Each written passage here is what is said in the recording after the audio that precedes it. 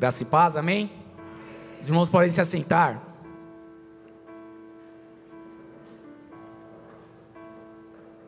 Vou pedir para você que trouxe a sua Bíblia, pegue ela na sua mão, nós vamos abri-la no livro de Efésios,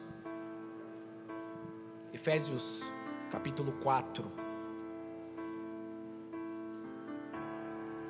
Você que não trouxe a sua Bíblia ou não tem, você pode acompanhar conosco aqui no telão. Nós estamos usando a versão revista e atualizada, a versão adotada aqui pela igreja. Amém? Ao longo desses dias, nós temos como direção para a nossa igreja falar sobre a unidade, a igreja integrada. Então, nesses primeiros 6 meses, Deus tem dado essa direção ao pastor Jorge e à pastora Margot, e nessa noite não será diferente. Nós vamos falar um pouco sobre a unidade do Espírito, e eu gostaria de ler esse texto com você. Vamos ler juntos? A palavra do Senhor diz assim: rogo-vos, pois, eu, o prisioneiro no Senhor, que andeis de modo digno da vocação a que fostes chamados, com toda a humildade e mansidão, com longanimidade, suportando-vos uns aos outros em amor, esforçando-vos diligentemente por preservar a unidade do Espírito no vínculo da paz. Há somente um corpo e um Espírito, como também fostes chamados numa só esperança da vossa vocação. Há um só Senhor, uma só fé, um só batismo, um só Deus e Pai de todos, o qual é sobre todos, age por meio de todos e está em todos. Glória a Deus. Eu queria ler com você, mas eu gostaria que você lesse comigo. Nós vamos aqui no telão, versículo 4. Cauã, por favor, nós vamos ler juntos, em unidade aqui. Os irmãos estão conseguindo enxergar aí? Amém? Vamos juntos, 3, 2, 1. Há somente um corpo e um Espírito, como também foste chamados numa só esperança da vossa vocação. Há um só Senhor, uma só fé, um só batismo, um só Deus e Pai de todos, o qual é sobre todos, age por meio de todos e está em todos. Amém. Abaixe sua cabeça, feche seus olhos, vamos orar. Pai de amor, Pai de graça, nós te rendemos todo louvor, assim como já cantamos hoje aqui. A tua igreja reunida juntos em uma só voz, declaramos louvor, declaramos adoração. Em unidade, Pai, estamos aqui presentes para aprender a Tua palavra, e que a Sua palavra ecoe em nosso coração e reverbere, Pai, o Seu desejo, o Seu propósito para cada um de nós aqui nessa noite, para que possamos sair daqui mais unidos, mais firmados em Ti. Por isso nós nos rendemos e nos abrimos a essa palavra, que é lâmpada e luz para o nosso caminho. Em nome do Senhor Jesus Cristo, nós oramos. Amém. Glória a Deus. Essa palavra o apóstolo Paulo escreveu para a igreja de Efésios, e ele vai começar aqui no versículo 1 dizendo assim: rogo-vos, pois, irmãos. É um clamor de Paulo, é um desejo de Paulo. Por que Paulo faz isso? O Paulo, ele tinha um costume nas suas cartas, nós podemos ver isso lá no livro de Romanos, que é muito semelhante ao que ele faz aqui em Efésios. Ele começa trazendo uma doutrina, um ensino para a igreja, que nos termos teológicos a gente fala que é a doxologia, aquilo que é a verdade de Deus, a doutrina de Deus para a igreja, aquilo que os apóstolos escreveram, aquilo que eles trouxeram de ensino. E aqui no livro de Efésios, até o capítulo 3, Paulo ele está trazendo as instruções doutrinárias para a igreja. E do capítulo 4 em diante, ele vai trazer as questões práticas de viver da igreja. É o dia a dia da igreja, como a igreja deve se comportar, como a igreja deve viver, como a igreja deve viver o evangelho.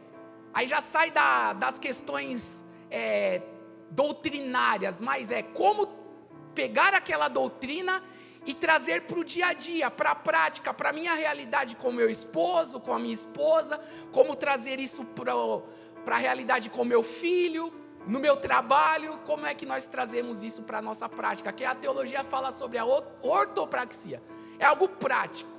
E aqui nesse momento, Paulo ele vira a chave, ele virou a chave aqui nesse texto, né, que nós lemos, e ele está começando a trazer questões práticas da vida da igreja, da realidade da igreja, e é isso que nós vamos aprender hoje aqui, nesses 6 versículos. Esses 6 versículos, eles dão base aqui para nós falarmos uma pregação inteira.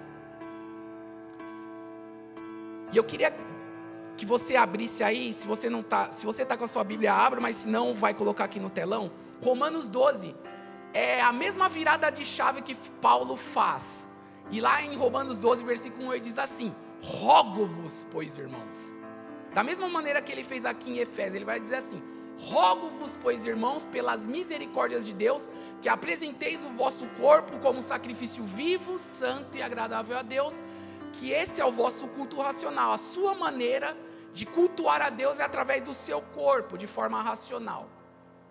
E da mesma maneira, Paulo aqui, ele faz essa palavra de rogo-vos, para ditar um novo momento aqui do ensino dele, para questões práticas de como nós devemos viver como igreja.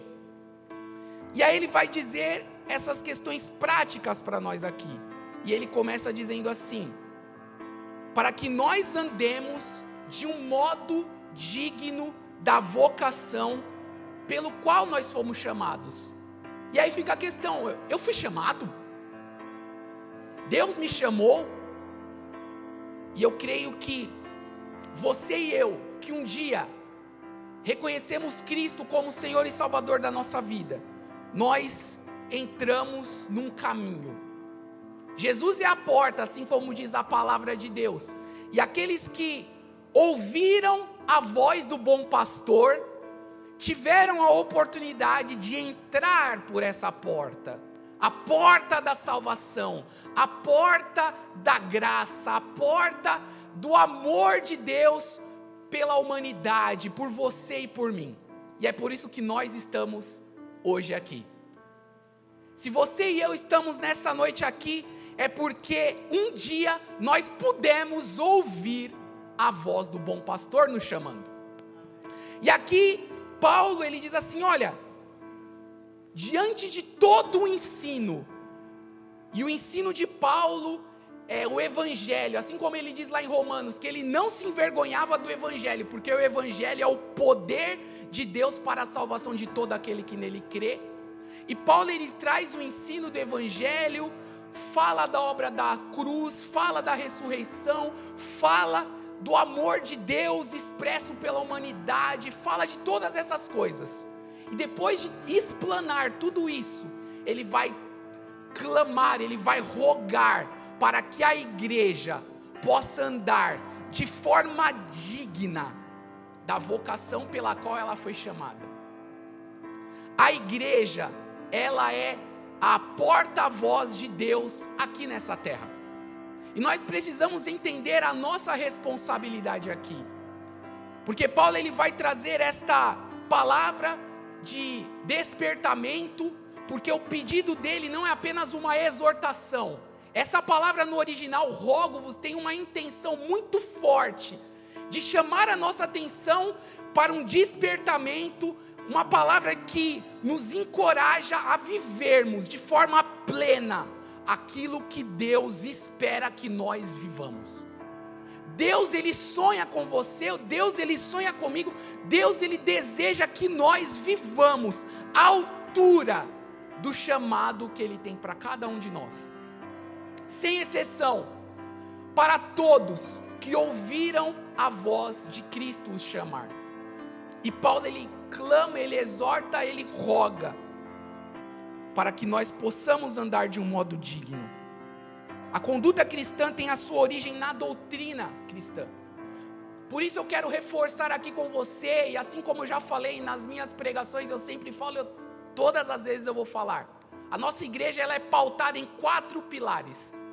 E um dos pilares da nossa igreja é o ensino. Como nós vamos viver a vida prática de igreja sem conhecer a palavra de Deus? Você pode estar buscando viver de forma prática a palavra de Deus na sua vida. Mas se você não tem o conhecimento da palavra, você pode estar sendo enganado e vivendo coisas que Deus não quer que você pratique. Existe muito ensino errado. Por isso eu quero reforçar você que venha na escola bíblica dominical. A nossa igreja defende isso com unhas e dentes. É muito importante nós participarmos da escola bíblica dominical. Nós temos escola bíblica dominical para os adultos, às 9 horas da manhã, e para os jovens, às 5 horas da tarde, no sábado. E de domingo às 9 para a igreja. Está aberto o convite para todos. Por quê? Para nós vivermos de uma maneira prática, que é o que Paulo nos exorta aqui, nós vamos falar sobre isso, é importante nós conhecermos a palavra. Uma doutrina sadia gera em nós práticas saudáveis. Se eu quero viver uma vida cristã saudável, eu preciso conhecer a palavra de Deus. E nós aprendemos a palavra, uma das maneiras que nós temos para aprender é na escola bíblica dominical. Então eu convido você a participar da escola bíblica. Andar de um modo digno da vocação que o Senhor espera de nós é andarmos tendo clareza do chamado à graça de Deus em Cristo. E sermos dispostos e prontos a servir ao nosso Deus com toda a nossa dedicação, com todo o nosso empenho, e estarmos dispostos a pregar a mensagem do Evangelho. Isso deveria fazer parte da nossa vida. Andar de um modo digno da vocação que o Senhor espera de nós é nós pegarmos essa obra de salvação que um dia nos alcançou e de tal maneira podermos ir compartilhar essas boas notícias, não apenas com a nossa voz, mas com as atitudes de verdadeiros homens e verdadeiras mulheres que servem e que amam ao nosso Deus. E como nós fazemos isso? Paulo aqui ele deixa muito claro, ele compartilha conosco 4 virtudes, 4 características de como nós podemos viver de um modo digno. E a primeira virtude que Paulo traz para nós aqui está no versículo 2. Versículo 2 ele fala as 4 virtudes, que são virtudes de extrema importância para você e para mim, se nós queremos viver de um modo digno, da vocação a qual nós fomos chamados. Então, de forma prática, como nós podemos viver de um modo digno? Paulo ele traz aqui para nós 4 virtudes. Em cima dessas 4 virtudes que eu gostaria de compartilhar com você nessa noite, para que nós possamos refletir. Será que eu tenho me atentado a isso? Será que eu tenho sido de fato praticante dessas virtudes? Será que eu tenho sido roubado em alguma delas? Para que nós possamos, como igreja, viver essas virtudes na nossa vida. E a primeira virtude que ele coloca aqui é a humildade. Com toda a humildade. O conceito de humildade, quando nós falamos de humildade, muitas vezes nós não entendemos esse conceito e da maneira que as pessoas na época que Paulo estava compartilhando entendiam o conceito de humildade. É muito diferente do que nós entendemos hoje, né? Para eles a humildade não era algo bem visto. A humildade naquele tempo em que Paulo escrevia era visto como algo ruim. A humildade para o grego não era algo bom. O conceito de humildade ele muda a partir da vinda de Jesus. Nem no Antigo Testamento esse conceito de humildade era bem visto, né?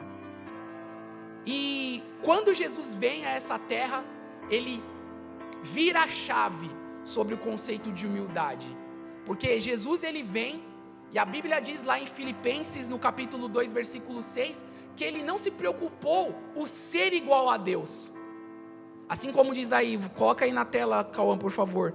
Pois ele, subsistindo em forma de Deus, não julgou com usurpação o ser igual a Deus.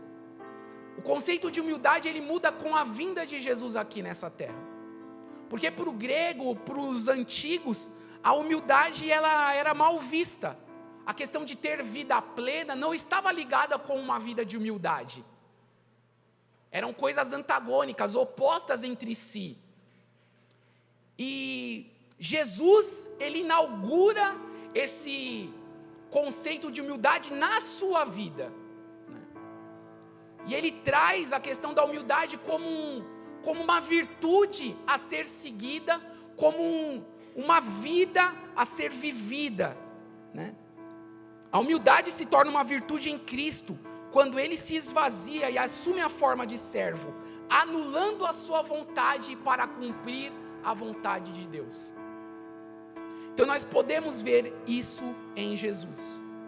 O segundo conceito e a segunda virtude que Paulo traz aqui é a mansidão. E a mansidão também ela é importante para nós, e nesse contexto em que Paulo está escrevendo, ele tem dois principais sentidos. O primeiro sentido que Paulo traz aqui é no sentido de nós recebermos a palavra de Deus com mansidão no nosso coração. Porque existe uma guerra e nós estamos aí enfrentando essa guerra dia após dia dentro de nós. Paulo ele deixa muito claro esses princípios, esses conceitos, que nós estamos numa guerra interna entre a nossa carne e o espírito. E quando a palavra tem sido pregada, nós estamos nesse conflito e nessa guerra interior.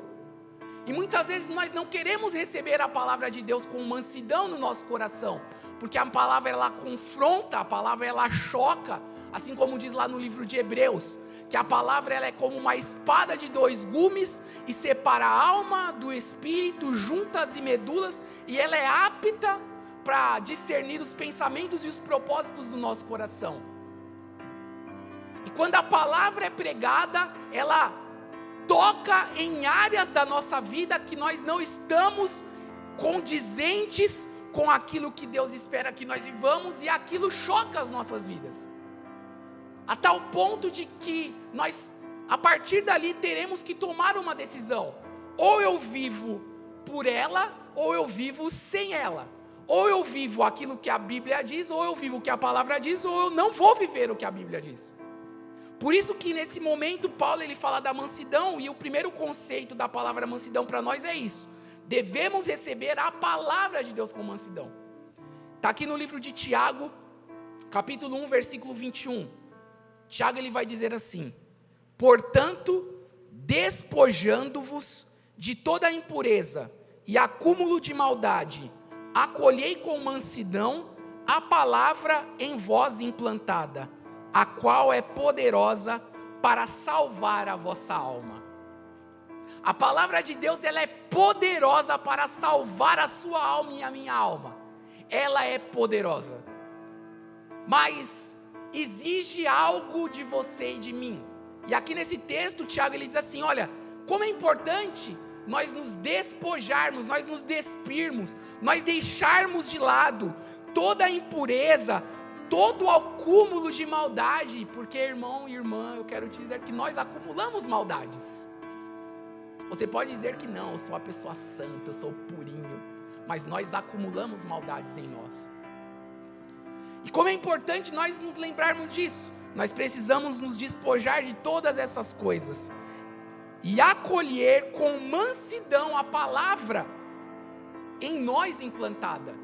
Ou seja, a palavra tem sido pregada, a palavra tem sido anunciada, desde o momento em que o Evangelho, Jesus Cristo veio a essa terra, a palavra tem sido pregada, a palavra tem sido anunciada, a semente do Evangelho tem sido falada, mas muitos não recebem a palavra com mansidão no coração. Muitos desprezam a palavra pregada. mas muitos têm recebido a palavra com mansidão no coração. E esse é o primeiro sentido em que nós poderíamos falar sobre a mansidão. E o segundo sentido está ligado com atitudes que nós teremos com o próximo. Como eu vou me portar com a pessoa que está do meu lado, com o meu esposo, com a minha esposa, com meus filhos, com o meu patrão? Como eu vou me portar? Qual vai ser a minha atitude perante o próximo? É o que Paulo traz aqui. E a nossa atitude deveria ser com mansidão, mas muitas vezes nós não conseguimos agir com mansidão. Nós agimos com briga, nós agimos com outras características que não a mansidão. Braveza, a gente explode, a gente não tem paciência. E Paulo nos ensina aqui que uma das grandes virtudes da igreja é a mansidão. Porque essa mansidão, ela é expressão da manifestação de Cristo sobre a nossa vida. Lá no livro de Mateus, eu não coloquei aí no texto para os irmãos, eu só vou citar aqui para você. Eu tenho certeza que você que vem na igreja já ouviu esse texto, ou talvez que você entrou aqui a primeira vez, você já ouviu também esse texto, porque é um texto muito clássico e muito conhecido, que Jesus vai dizer assim: vinde a mim, todos vós que estáis cansados e sobrecarregados, e eu vos aliviarei. E ele vai dizer assim: tomai sobre vós o meu jugo e aprendei de mim, porque eu sou e humilde de coração. Olha que interessante aqui, fazendo o link com essas duas virtudes que Paulo traz aqui para nós, a humildade e a mansidão. A humildade e a mansidão é a manifestação da vida de Cristo no meio da igreja. Por isso é importante, eu queria dizer assim para você e para mim: se nós vivermos a mansidão e a humildade, Cristo se manifestará no meio do seu povo. Quando nós vivemos a humildade, quando nós vivemos a mansidão, nós podemos dizer assim como Jesus disse: venham os que estão cansados, venham os que estão sobrecarregados, que nós, a igreja, os aliviaremos. Muitas vezes a nossa palavra é de peso, muitas vezes a nossa palavra é de condenação, mas a humildade e a mansidão, ela traz um tom de nós vermos como Cristo vê, de vivermos como Cristo viveu, e assim nós podermos recepcionar, trazer para esse rebanho, trazer para esse corpo, aquele que está cansado e aquele que está sobrecarregado. É o papel da igreja. Jesus Cristo disse isso, que agora a responsabilidade está com a gente, a responsabilidade é nossa, nós somos a igreja, e nós queremos manifestar a vida de Cristo através desse corpo. Então, como é importante essa virtude? A pessoa mansa, ela não reivindica sua própria importância ou autoridade, pois nele, cada instinto, cada um dos sentidos, cada inclinação da mente, do coração, da língua e da vontade, tudo enfim, está sob o controle de Deus. Quando nós somos pessoas mansas, nós estamos nos colocando sobre a vontade do Senhor. E tem um texto na Bíblia que é também muito conhecido, que é o texto de Números, capítulo 12, versículo 3, que lá vai dizer assim, que Moisés era a pessoa mais mansa encontrada sobre a face da terra. E ali naquele contexto, o que está acontecendo? Miriam e Arão, eles se levantam contra Moisés, porque eles disseram assim: olha, Moisés está querendo se achar o bambambam, porque ele pegou uma mulher cuxita, e ele se casou com ela, E aí Miriam e Arão, eles não gostaram da atitude de Moisés, e eles foram questionar o posicionamento de Moisés, ali naquele contexto. E aí depois que eles questionam Moisés, depois você pode abrir lá na sua casa, Números capítulo 12. Depois que eles questionam Moisés, né, imagina alguém vir te questionar, não porque você é isso, não porque você é aquilo, como você faz essas coisas? E aí Deus, ele vai dar um testemunho a respeito de Moisés, e vai dizer que Moisés era a pessoa mais mansa encontrada sobre a face da terra. Por quê? Moisés não se preocupou em se defender, diante daquela afronta, diante daquela palavra de Miriam e Arão. Não. Porque ele sabia quem ele era em Deus. Ele tinha se rendido totalmente à vontade do Senhor. Deus era com ele. Tanto é que muitas vezes nós nos iramos, muitas vezes nós pecamos por não saber dosar a questão da ira. E a palavra do Senhor diz assim, que o Senhor é o Senhor da ira. Nós podemos deixar nas mãos do Senhor e buscar praticar a mansidão, porque quando nós saímos do pedestal da mansidão, nós passamos a querer nos defender. Mas quando nós estamos vivendo uma vida de mansidão, Deus é o nosso juiz.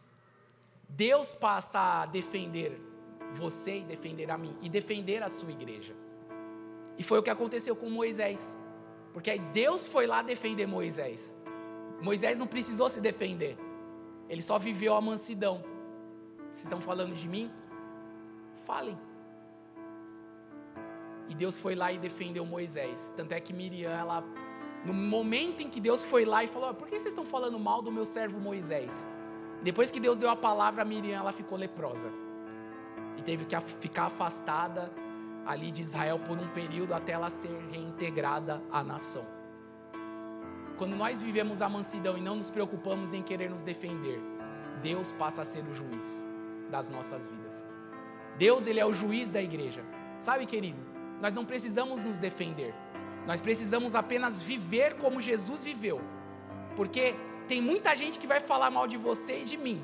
Acho que desde quando eu me converti, pessoas falam mal de mim, e pessoas continuam falando mal de mim, e muitas dessas pessoas são pessoas próximas a nós, pessoas que nós amamos, pessoas que nós queremos bem, mas essas pessoas, por não ainda terem ouvido o chamado da vocação, elas não entendem. E nós precisamos ter clareza disso como igreja. Nós não podemos querer pagar o mal com o mal, nós não podemos querer agir da mesma moeda que essas pessoas agem, porque elas não tiveram seus olhos abertos. E eu tenho certeza que antes de Jesus Cristo abrir os seus olhos, você também era assim.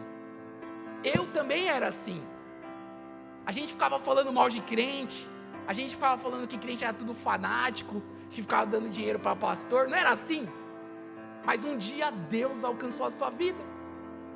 E se Deus alcançou a sua vida, Ele vai alcançar a vida do seu familiar, Ele vai alcançar a vida da sua família, Ele vai alcançar.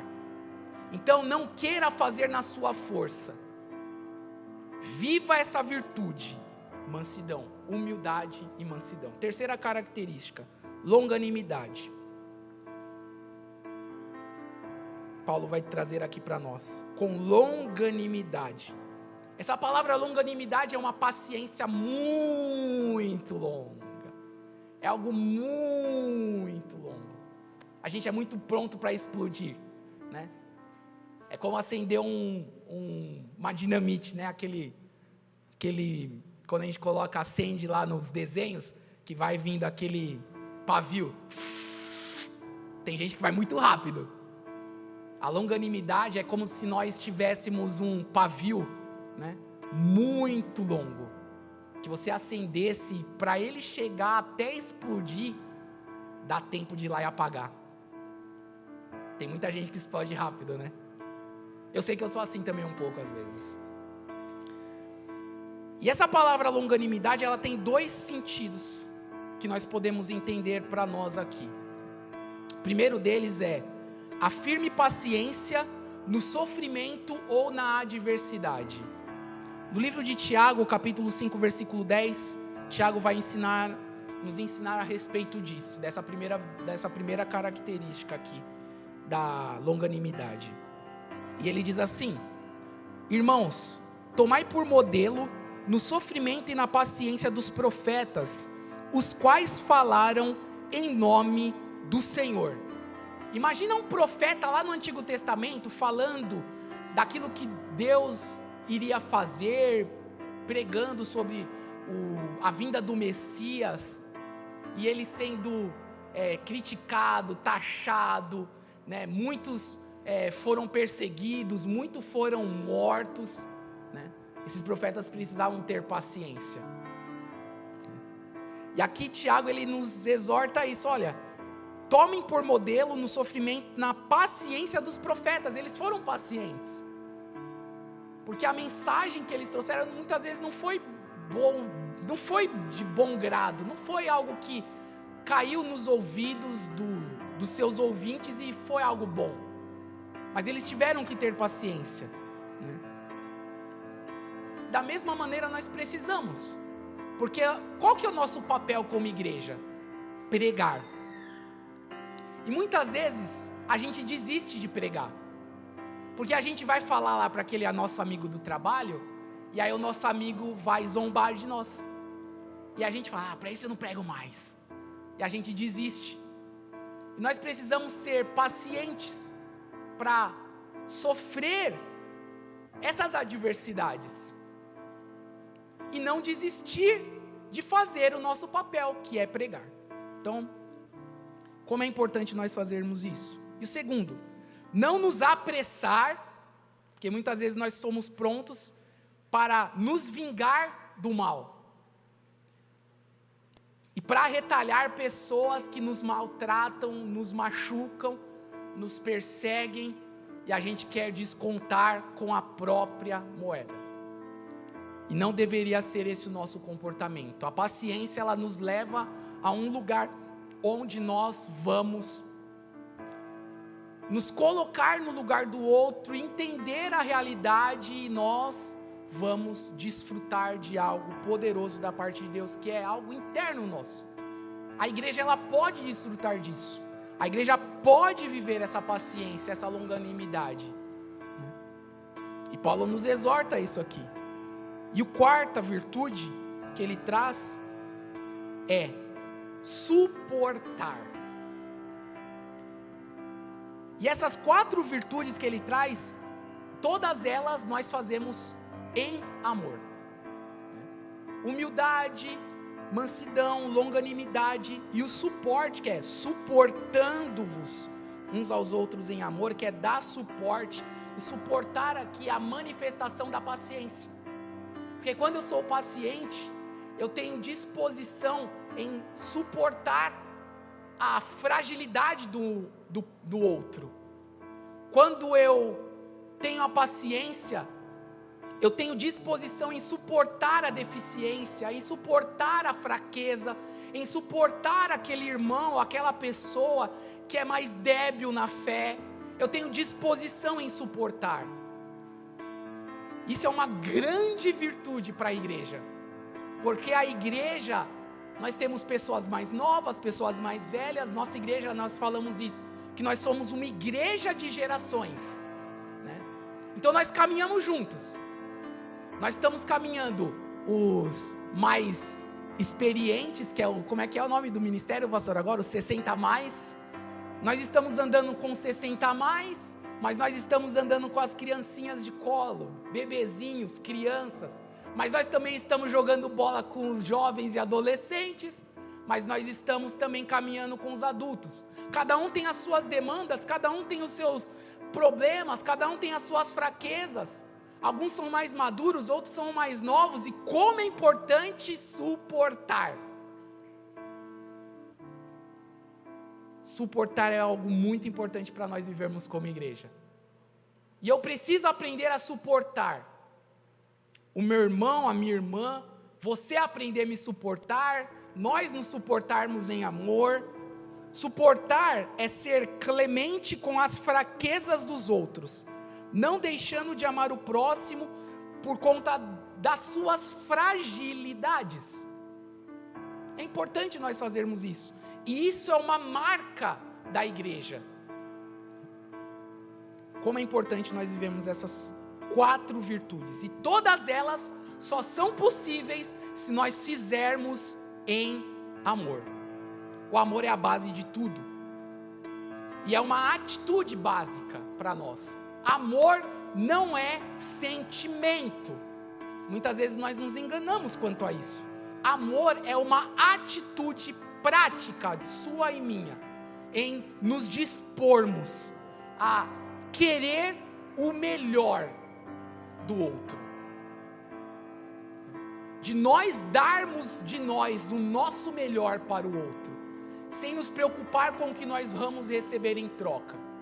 Por isso a importância de nós vivermos isso em amor, a humildade em amor. Jesus ele fala assim: eu sou manso e humilde de coração. Tem muita gente que fala palavras de humildade, mas dentro do coração há soberba. Todas essas virtudes, elas primeiro são vividas dentro do coração. Deus sabe quem são os verdadeiros humildes, os verdadeiros mansos. E que todos nós possamos caminhar juntos como igreja nessa direção, em amor. E Paulo ele exorta a nós isso, e ele fala assim: olha, nós precisamos ser diligentes nisso, nós precisamos nos esforçar com empenho nisso, nós precisamos lutar por isso. No versículo 3, Paulo ele vai nos dizer isso, e no contexto original, Paulo está mostrando para nós a importância de nós lutarmos por isso, buscarmos isso de uma maneira que... Por que ele fala isso? Porque existe a possibilidade de nós não vivermos.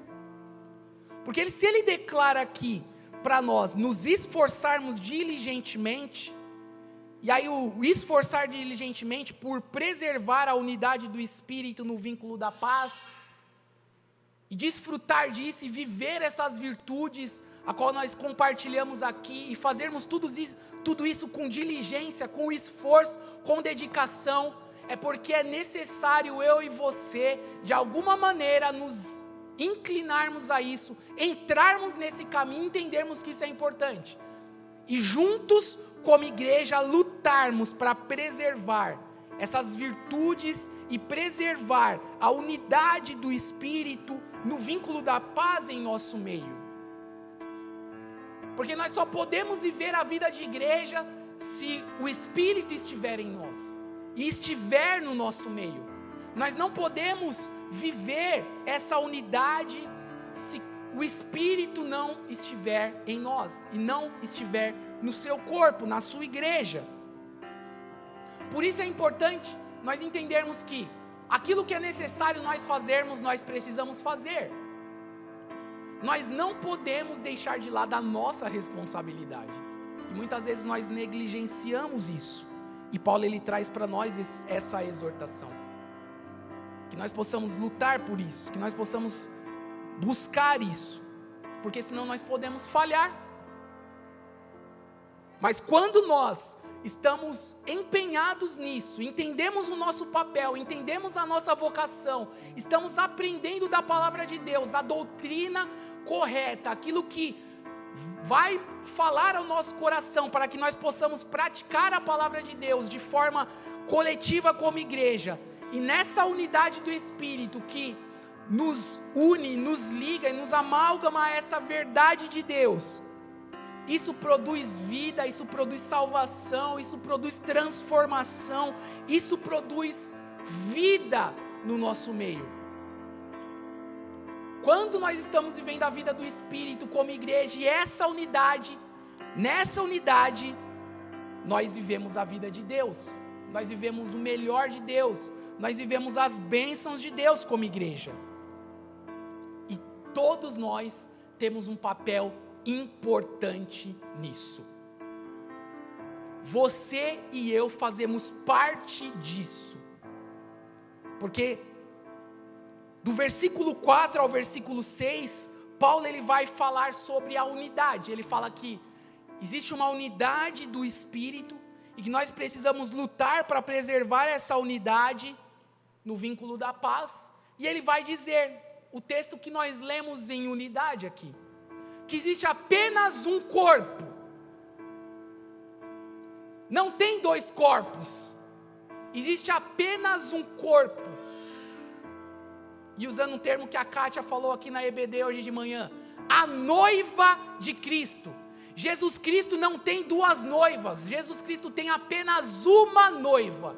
E essa noiva é a igreja. E você e eu fazemos parte dela. Por isso, nós precisamos entender a unidade. Essa unidade é muito importante. Você não pode estar fora desse corpo. Eu não posso estar fora desse corpo. Nós precisamos estar ligados, unidos, vivendo em amor, uma família. Assim como diz a canção do Daniel Souza. Sem qualquer falsidade, vivendo a verdade, expressando a glória do Senhor. Uma família vivendo um compromisso do grande amor de Cristo. Por isso eu quero dizer para você, eu preciso de você. Nós precisamos de você. Você precisa da pessoa que está do seu lado. Ainda que você ache que não, eu quero dizer, você precisa. Nós precisamos uns dos outros para vivermos essa unidade do Espírito. Glória a Deus por isso, porque Deus quis assim, porque senão nós viveríamos uma vida de egoísmo, assim como muitos hoje estão vivendo aí nesse mundo, porque é isso que tem sido pregado. As pessoas pregam egoísmo, egocentrismo, viver no seu próprio mundo, buscar as suas próprias coisas, mas nós estamos aqui, ainda que nós saibamos que nós temos um Deus que nos ama e que quer o melhor de nós individualmente, mas o interesse de Deus, em primeiro lugar, é com o seu corpo. O interesse de Deus, em primeiro lugar, é com a sua igreja, porque Deus está despertando a nossa vida para sair de uma posição de se preocupar apenas conosco, mas para nós pensarmos no coletivo, porque Deus, Jesus e o Espírito Santo, eles são um. São três pessoas, pensamentos diferentes, cabeças, mas que pensam em unidade. E é essa unidade que Paulo está nos ensinando aqui, para que nós possamos viver essa unidade no Espírito com o Pai. E nós uns com os outros. Por isso que ele diz que só tem um corpo. Um só corpo. Um só Espírito. Uma só esperança. E qual é essa esperança? É a esperança que nós cremos que um dia Jesus Cristo virá para buscar a sua noiva. Só existe uma esperança, irmão, e eu quero te dizer, talvez você entrou aqui nessa noite desesperançoso, talvez porque você está focando numa esperança falsa, mas eu quero te dizer aqui, que a nossa verdadeira esperança, e só existe uma, é essa: Jesus Cristo virá buscar a sua noiva. Sabe, querido, isso nos gera esperança no coração. Porque quando eu fico pensando, os meus problemas, as minhas frustrações, minha dívida no banco, os meus problemas conjugais, a gente fica olhando para os nossos problemas e a gente passa a não ter esperança. E a mensagem do Evangelho é uma mensagem de esperança para você e para mim, de um Cristo que morreu, que ressuscitou, que foi ao Pai, assim como nós aprendemos hoje aqui na escola bíblica. Ele disse assim para a sua noiva: não se turbe o vosso coração, creiam em Deus e creiam também em mim. Na casa de meu Pai há muitas moradas. Eu vou para o Pai e eu vou os preparar lugar, e eu vou voltar para buscar vocês. para estar num lugar onde não haverá mais choro, para voltar para te levar para um lugar onde não haverá mais dor, para voltar para levar vocês para um lugar onde não haverá mais sofrimento, onde não haverá mais perda, onde não haverá mais luto, onde não haverá mais morte. Essa é a nossa esperança. E a palavra do Senhor diz assim: se a sua esperança está apenas nas coisas aqui desta terra, nós somos pessoas miseráveis, porque a nossa vida não consiste apenas aqui. Como é importante nós entendermos isso. Não tem duas esperanças, é apenas uma. E essa é a esperança que deve mover o nosso coração, para que nós possamos viver com todo entusiasmo, com todo empenho, com toda dedicação, o chamado de Deus na nossa vida. Então, irmão e irmã, não importa, dá o seu melhor, entrega por inteiro, não se entrega pela metade, dá o seu melhor, dá o seu tudo, dá o seu 110%, tenta fazer o máximo que você puder, porque um dia nós estaremos com Cristo, e a nossa coroa estará reservada, e eu sei que assim como você e eu, um dia queremos ouvir de Jesus: servo bom e fiel, você foi fiel no pouco e sobre o muito te colocarei. Eu quero ouvir isso, mas enquanto nós estamos aqui nessa terra, nós precisamos preservar isso, e talvez nós estamos abalados, porque as situações da vida, as provações desse mundo, nos desfocaram da verdadeira e da única esperança que nós temos como igreja. Por isso que eu quero alertar e lembrar você de qual é essa esperança, que você se lembre dela todos os dias. Nós estamos aqui de passagem, Jesus Cristo vai vir buscar você e a mim. Enquanto nós estamos aqui de passagem, entrega o seu melhor, dá o seu máximo, dá o seu tudo para aquele que entregou o tudo dele por você e por mim. Jesus Cristo não deu parte, Jesus Cristo ele deu tudo. Jesus Cristo entregou o seu corpo, Jesus Cristo ele entregou o seu sangue, Jesus Cristo ele se doou por completo, por inteiro, por você e por mim, na cruz. Uma só esperança, um só Senhor, Senhor Jesus Cristo. Apenas Ele, só Ele é o nosso Senhor. Uma só fé, um só batismo, um só Deus e Pai de todos, o qual é sobre todos, age por meio de todos e está em todos. Eu queria finalizar com esse versículo aqui, porque tem muita gente que diz assim: Deus é Pai de todos. E eu quero te dizer que Deus, Ele é Pai de todos aqueles que o reconhecem como Pai. Porque tem muita gente que tem pai, mas não reconhece o pai como pai. Vocês já ouviram muito, eu acredito que vocês já devem ter visto, ouvido muitas experiências de pessoas que, por conta das situações da vida, tiveram ali os seus pais biológicos, mas o pai abandonou. E aquela criança, aquele filho, né, nasceu ali, viveu sem o seu pai biológico.